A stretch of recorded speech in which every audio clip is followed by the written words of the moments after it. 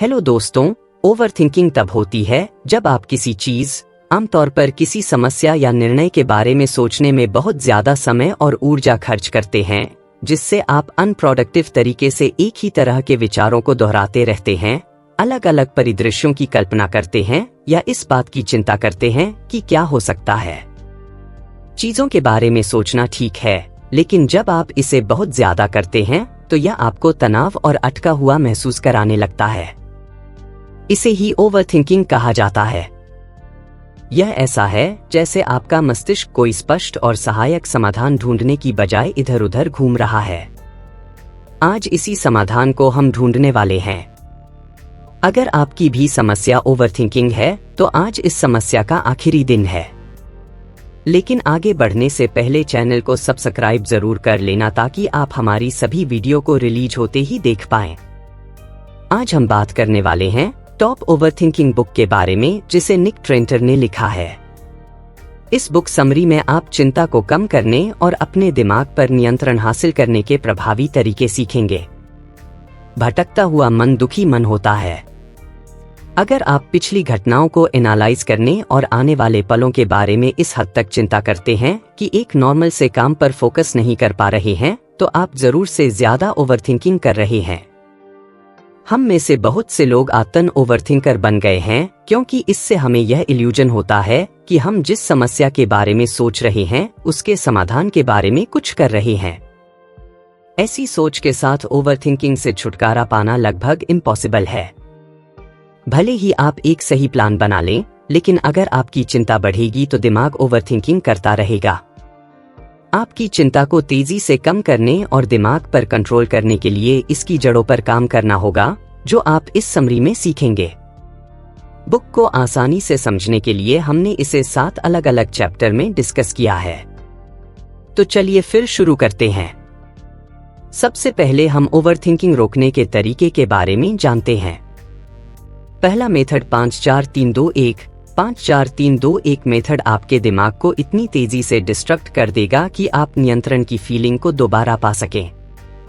Doctor इस तरीके का इस्तेमाल पेशेंट को घबराहट से जुड़ी परेशानी से उबरने में हेल्प करने के लिए करते हैं।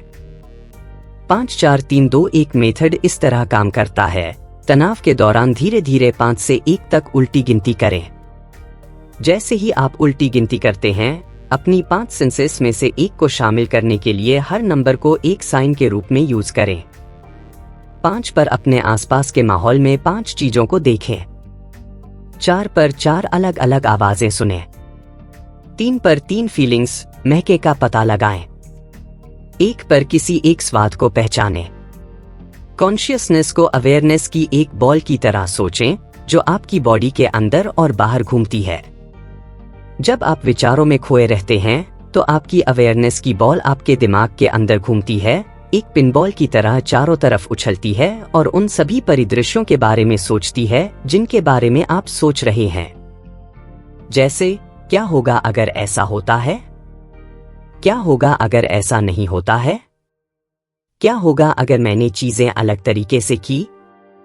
अगर आप अपने आसपास के किसी सामान की बारीक डिटेल, जैसे आपके पास एक लकड़ी के डेस्क की लाइंस और कलर को नोटिस करने में 1 सेकंड का समय लेते हैं, तो आपकी अवेयरनेस की बॉल आपके दिमाग को छोड़ देती है और डेस्क पर घूमने लगती है। इस तरह 54321 मेथड को फॉलो करके आप अपनी चिंता को कम करने और नियंत्रण की फीलिंग हासिल करने के लिए अपनी अवेयरनेस की बॉल को अपने माइंड से काफी देर तक बाहर रखते हैं। दूसरा मेथड, काउंटर बिलीफ एक्सपेरिमेंट। हर ओवरस्टेटमेंट केस के पीछे एक कमजोर करने वाला बिलीफ होता है। उदाहरण के लिए, अगर आपका दिमाग किसी प्रेजेंटेशन से पहले ओवरथिंकिंग कर रहा है, तो आपको विश्वास करना चाहिए कि आपको और तैयारी की जरूरत है। आप चिंता पैदा करने वाले बिलीव्स को चैलेंज करने के लिए ये स्टेप्स उठाकर ओवरथिंकिंग करना बंद कर सकते हैं। अपने आप से पूछकर बिलीव्स को क्लियर करें।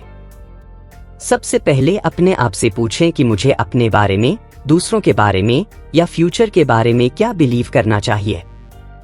उन कमजोर बिलीव्स को उलटकर एक काउंटर बिलीव बनाएं।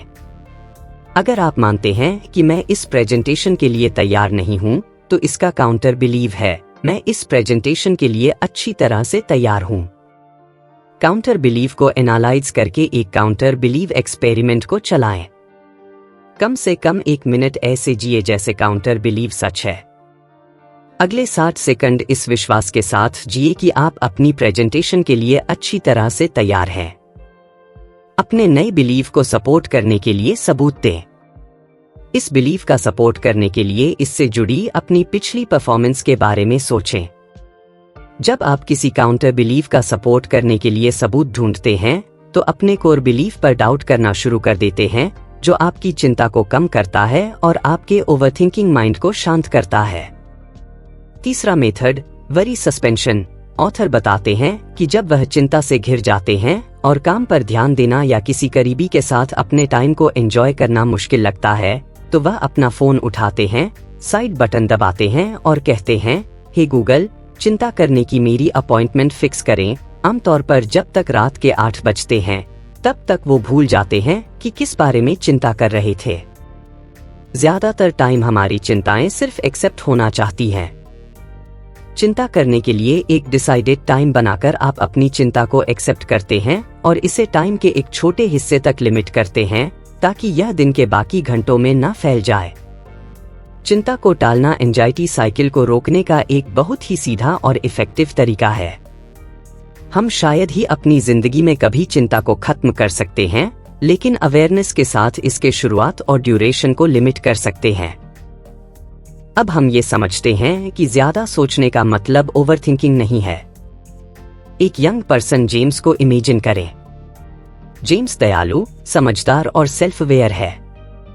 जेम्स हमेशा किसी ना किसी बात को लेकर परेशान रहते हैं और आज वह हेल्थ रिलेटेड एक छोटी सी चीज को लेकर परेशान है। वह अपने कंधे पर एक गांठ देखते हैं। वे ऑनलाइन रिसर्च करते हैं और ट्रीटमेंट के बारे में देख कर और ज्यादा सोचते हैं। फिर वे रुकते हैं और खुद को देखकर सोचते हैं कि मैं शायद चीजों के बारे में ज्यादा सोच रहा हूं। इसलिए वे अपनी हेल्थ के बारे में स्ट्रेस लेना बंद कर देते हैं और हेल्थ के बारे में अपने विचारों पर ध्यान देना शुरू कर देते हैं।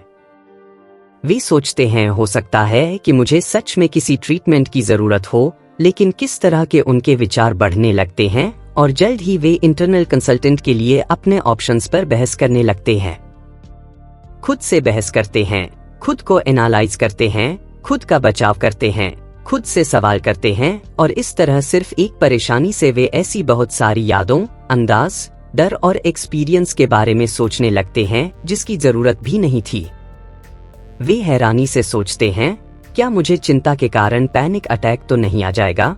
जिस पल उनके मन में यह सवाल आता है, वे डर से कांपने लगते हैं। वे अपने गले और चेहरे पर अपना हार्ट बीट महसूस कर सकते हैं। उनकी छाती में एक ठंडक सी फैल जाती है और उनके अंदर तनाव बढ़ता जाता है। आप शायद सोच रहे होंगे कि जेम्स क्यों परेशान हैं? क्या उनकी समस्या बहुत बड़ी है? क्या उनके डॉक्टर ने उन्हें ऐसा बताया है कि उनकी समस्या बहुत बड़ी है? ऐसा कुछ भी नहीं है। जेम्स सिर्फ एक ओवरथिंकर हैं और उनके ओवरथिंकिंग ने उन्हें परेशानी में डाल दिया है। ओवरथिंकिंग तब होती है जब आपके विचार नियंत्रण से बाहर हो जाते हैं। क्या आपको जेम्स याद है? हमने सिर्फ कुछ समय के लिए उनके मन पर एक नजर डाली, लेकिन कल्पना कीजिए कि वे 24/7 ऐसा करते हैं। एक तनाव डायरी आपके ट्रिगर्स और उन पर आपकी प्रतिक्रियाओं को स्पष्ट करने में मदद कर सकती है।